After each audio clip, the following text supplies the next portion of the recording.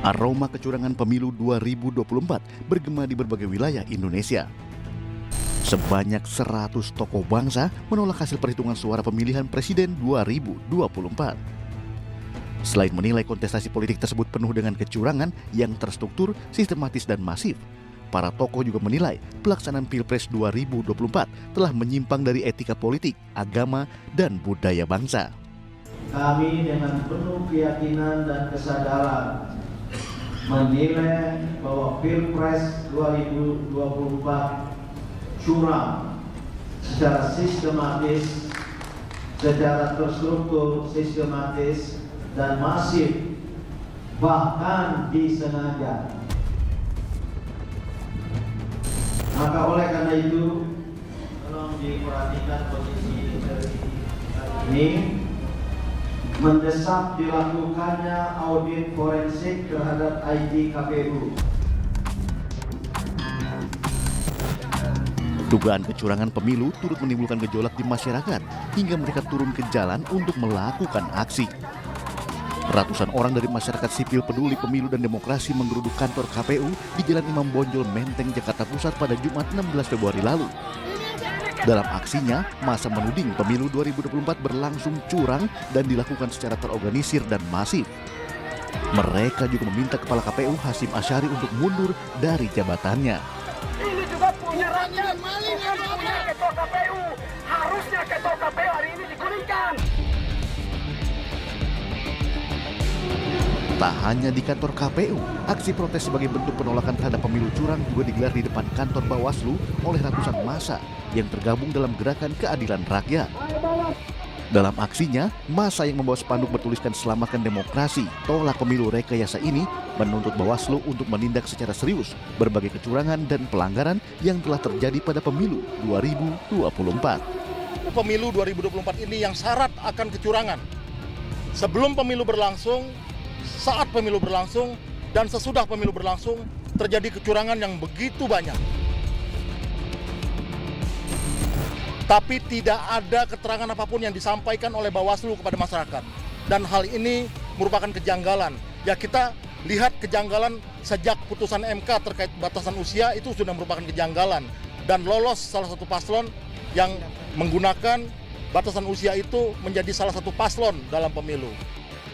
Indikasi kecurangan dalam pemilu 2024 tak hanya terlihat dalam sistem rekapitulasi suara milik KPU yang menggelembungkan suara paslon nomor urut 2 Prabowo Gibran. Sejumlah kecurangan pemilu yang juga turut mencederai berjalannya pesta demokrasi tahun ini bahkan terjadi saat pencoblosan.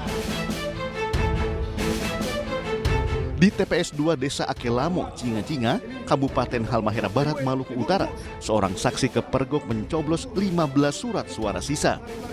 Setelah ditelusuri, pelaku juga melakukan pencoblosan sebanyak 2 kali di TPS terpisah.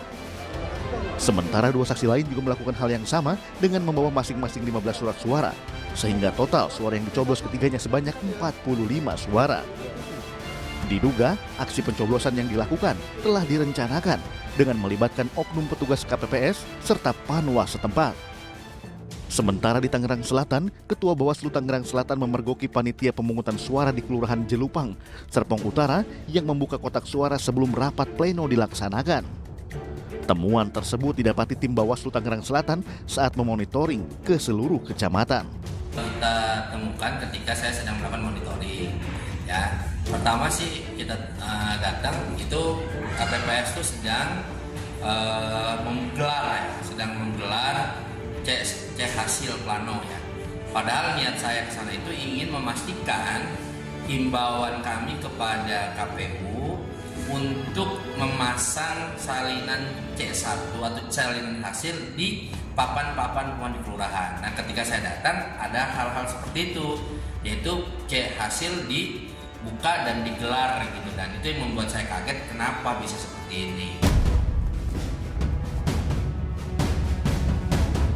Atas temuan ini, Bawaslu Tangerang Selatan melaporkannya ke KPU karena dianggap menyalahi aturan dan prosedur dalam membuka kotak suara untuk direkapitulasi.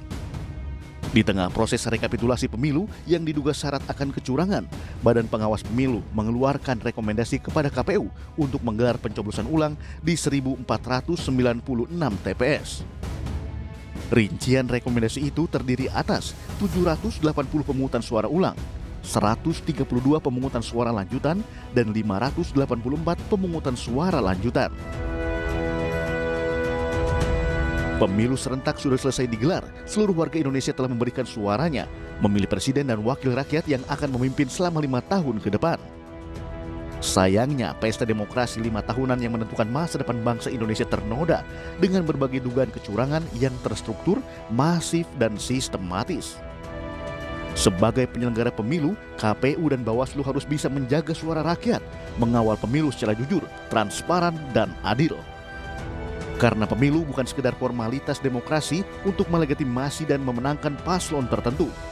Jadi jangan bilang Anda tidak tahu akan permasalahan ini karena kami sudah memberitahukannya. Prabowo naik dari 58 jadi 948.